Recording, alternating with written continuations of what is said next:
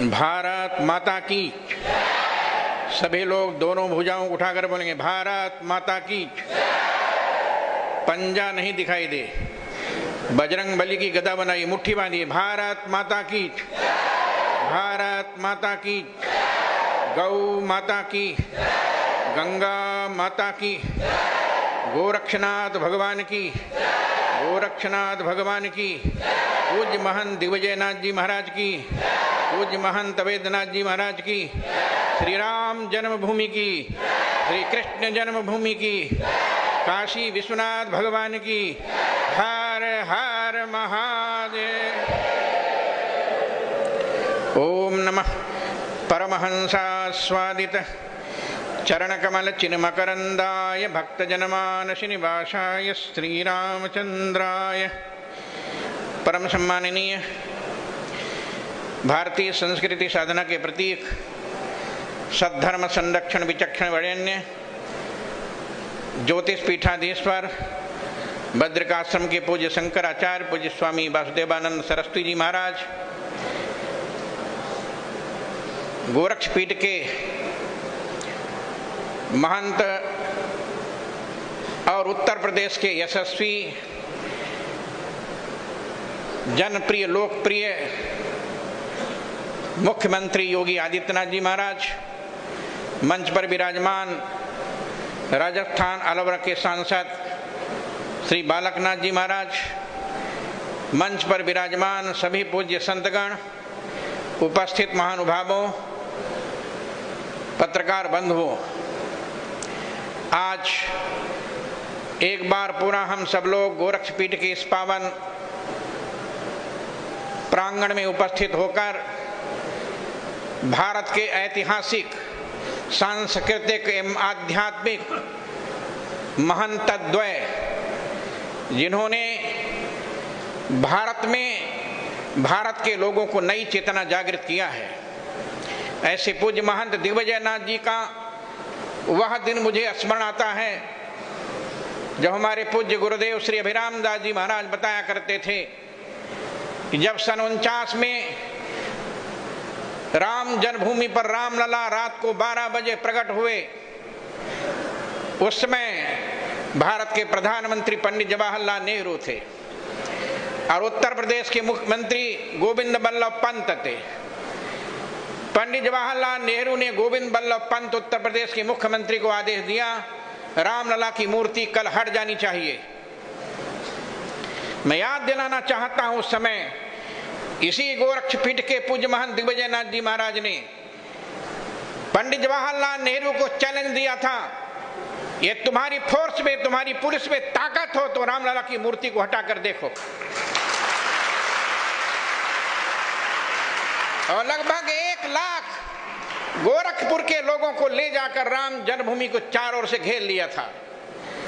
किसी सरकार की हिम्मत नहीं पड़ी थी कि रामलला को राम जन्मभूमि से हटा दे।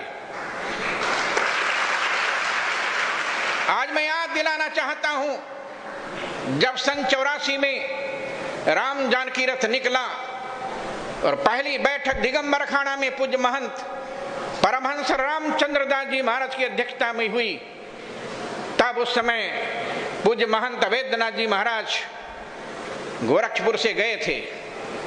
अयोध्या के कई संत, कुछ हैं और कुछ चले गए, सब लोगों के बीच में अशोक सिंघल जी ने कहा था ये राम जन्मभूमि का आंदोलन है और मैं चाहता हूं कि राम जन्मभूमि पर भव्य मंदिर बनाने के लिए कोई अयोध्या का एक महंत खड़ा हो, जिसको मैं राम जन्मभूमि मुक्ति यज्ञ समिति का अध्यक्ष बनाना चाहता हूं। सबसे पूछा गया, कोई तैयार नहीं हुआ।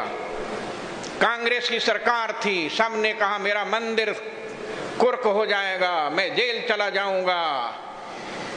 जब राम जन्मभूमि मुक्ति यज्ञ समिति का अध्यक्ष बनने के लिए अयोध्या का कोई महंत तैयार नहीं हुआ, उस समय पूज्य महंत वेदनाथ जी महाराज ने खड़े होकर कहा, अशोक जी, जब कोई तैयार नहीं है तो गोरक्षपीठ का यह महंत वेदनाथ तैयार है राम जन्मभूमि पर भव्य रामलला मंदिर निर्माण करने के लिए। और उनके नेतृत्व में राम जन्मभूमि की लड़ाई लड़ी गई। उस लड़ाई में लगभग 25 बार मैं भी जेल गया था।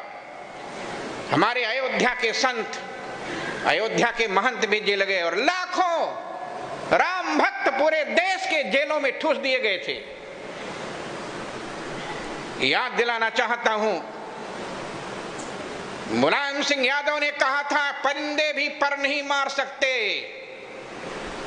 लेकिन उस समय श्री हनुमान जी महाराज स्वयं बस चलाकर राम जन्मभूमि पर जाकर रामलला के मंदिर पर ये ध्वज, केसरिया ध्वज लहरा दिया था। सब साक्षी। और याद दिलाना चाहता हूं, 2007 में एक बैठक हुई थी अयोध्या हिंदू धाम में, पूज्य महंत वैद्यनाथ जी महाराज की अध्यक्षता में। स्वामी वामदेव जी थे, पूज्य परमहंस जी थे, पूज्य नित्य गोपाल दास जी थे, स्वामी सत्यमित्रानंद गिरी जी थे, स्वामी परमानंद जी थे। और उस समय सभी संत लोग वहां आए हुए थे, हिंदू धाम में बैठक थी। उस समय योगी आदित्यनाथ गोरखपुर के सांसद बन चुके थे। अशोक सिंघल जी ने खड़े होकर कहा, महंत जी मैं कुछ ज्यादा नहीं बोलना चाहता, मैं कोई भविष्य वक्ता नहीं हूं, लेकिन मैं आज एक बात बता रहा हूं कि जिस दिन योगी आदित्यनाथ उत्तर प्रदेश के मुख्यमंत्री बनेंगे तभी राम जन्मभूमि का मंदिर बनना प्रारंभ होगा। ये अशोक सिंघल की बात, अशोक सिंघल की बात उस दिन चरितार्थ हुई जब 9 नवंबर 2019 को सुप्रीम कोर्ट का आदेश हुआ, जहां रामलला विराजमान है वही राम की जन्मभूमि बननी चाहिए, और भारत सरकार एक नया ट्रस्ट बनाकर मंदिर का निर्माण प्रारंभ करे।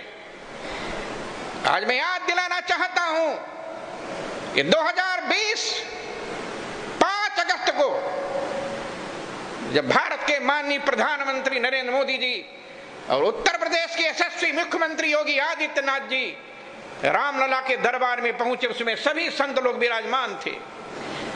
और जब भूमि पूजन शिलान्यास हुआ,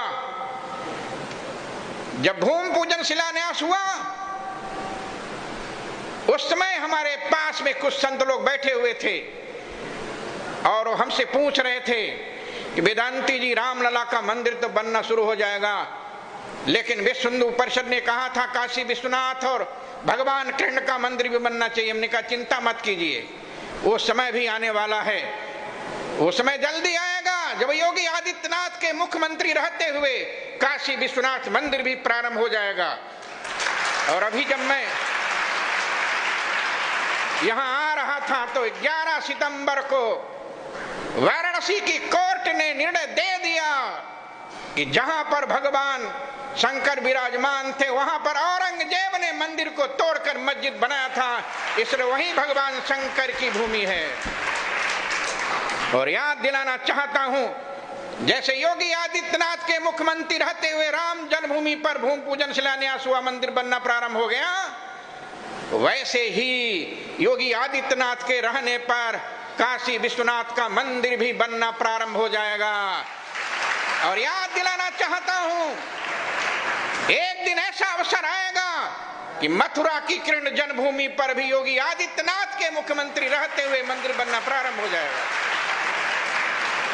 आज मैं निवेदन करना चाहता हूं, भारतीय संस्कृति की सुरक्षा के लिए, भारतीय अध्यात्म जगत और सांस्कृतिक सुरक्षा के लिए भगवान गोरखनाथ ने योगी आदित्यनाथ को इस मठ पर भेजा है। और याद दिलाना चाहता हूं, लोग कहते हैं जब हम लोगों ने सन 84 में राम जानकी रथ प्रारंभ किया था, तब लोगों ने कहा था, मैं बताना चाहूंगा और कहा था वेदांती जी इतने धर्म के धर्माचार्यों को एक मंच पर कौन बैठा सकता है? हमने कहा कौन बैठा सकता है? कहा जैसे मेढक को तराजू में तौला नहीं जा सकता, वैसे कई संप्रदायों के संतों को, जगत गुरुओं को एक मंच पर बैठाया नहीं जा सकता। लेकिन मैं आज निवेदन करना चाहता हूं, राम जानकी रथ चलने के बाद देश के सभी शंकराचार्य, देश के सभी रामानुजाचार्य, देश के सभी रामानंदाचार्य, देश के सभी वल्लभाचार्य, देश के सभी निम्बार्काचार्य, देश के सभी जगत गुरु एक मंच पर बैठकर निर्णय लिए और वो दिल्ली का मंच था। उस दिल्ली के मंच पर रामलीला मैदान पर बैठकर निर्णय लिया था सज्जनों, और आज वह निर्णय दिखाई दे रहा है। योगी आदित्यनाथ के नेतृत्व में 2 मंदिर बनना प्रारंभ हो गया और तीसरा मंदिर भी शुरू होने वाला है। पूज्य महंत वेदनाथ जी महाराज सन 70 में जब पहली बार मैं यहां आया था तब ये मंदिर नहीं था, छोटा सा मंदिर था। पूज्य महंत वेदनाथ जी महाराज वहीं पर खड़े थे। पूज्य अभिराम दास जी महाराज के साथ, गुरुदेव के साथ आया था। पत्थर पड़े हुए थे, मंदिर का निर्माण चालू था। और इसके बाद गोरक्षपीठ कितना विस्तार लिया। पूरे गोरखपुर में कई विद्यालय, महाविद्यालय, इंटर कॉलेज, डिग्री कॉलेज, ये पूज्य महंत वेदनाथ जी के देन है। और मैं अपने जीवन की घटना बताऊं, सन 96 में योगी आदित्यनाथ जी यहाँ के पीठ के महंत बन चुके थे। डॉक्टर मुरली मनोहर जोशी जी 3 दिन का प्रवास था गोरखपुर में, संयोग से मैं भी उसी बीच में आ गया। महंत वेदनाथ जी महाराज ने डॉक्टर मुरली मनोहर जोशी से कहा, जोशी जी कान खोल कर सुन लो, इस बार चुनाव मैं तब लड़ूंगा जब वेदांती को टिकट मिलेगा तब। ये पूज्य महंत वेदनाथ जी महाराज ने डॉक्टर मुरली मनोहर जोशी जी से कहा था। और डॉक्टर मुरली मनोहर जोशी ने कहा बिल्कुल आपकी बात सत्य होगी। और इसके बाद पहली बार मुझे सन 96 में टिकट मिला मछली शहर से और मैं उस लोकसभा चुनाव में जीता। आज निवेदन करना चाहता हूं, अब इस देश के अंदर जिन्होंने धर्म और संस्कृति को समाप्त करने का कुचक्र रचा था, अब वो समाप्त हो चुका है। अभी तो 300 के पार पहुंचा है। 2024 के लोकसभा में भारतीय जनता पार्टी 400 के पार करेगी। और तब जब 400 के पार हो जाएगी, तब जिस दिन राम जन्मभूमि पर एक केसरिया ध्वज लहरा जाएगा, उसी दिन भारत के संविधान में भी हिंदू राष्ट्र घोषित हो जाएगा। जिसकी कल्पना महंत दिग्विजय नाथ जी ने और महंत वेदनाथ जी ने किया था, जिसकी कल्पना डॉक्टर हेडगेवार ने किया था, जिसकी कल्पना गुरु गोलवलकर जी ने किया था, जिसकी कल्पना अशोक सिंघल जी ने किया था, जिसकी कल्पना जगतगुरु शंकराचार्य पूज्य स्वामी शांतानंद सरस्वती ने किया था, वह कल्पना भी 2024 के बाद भारत को साकार रूप में दिखाई देगी। इसलिए आज इस उपलक्ष्य पर पूज्य महंत दिग्विजय नाथ जी महाराज एवं पूज्य महंत वेदनाथ जी महाराज के श्री चरणों में श्रद्धांजलि अर्पित करता हुआ वाणी विराम देता हूं। बहुत बहुत धन्यवाद। जय श्री राम, जय श्री राम।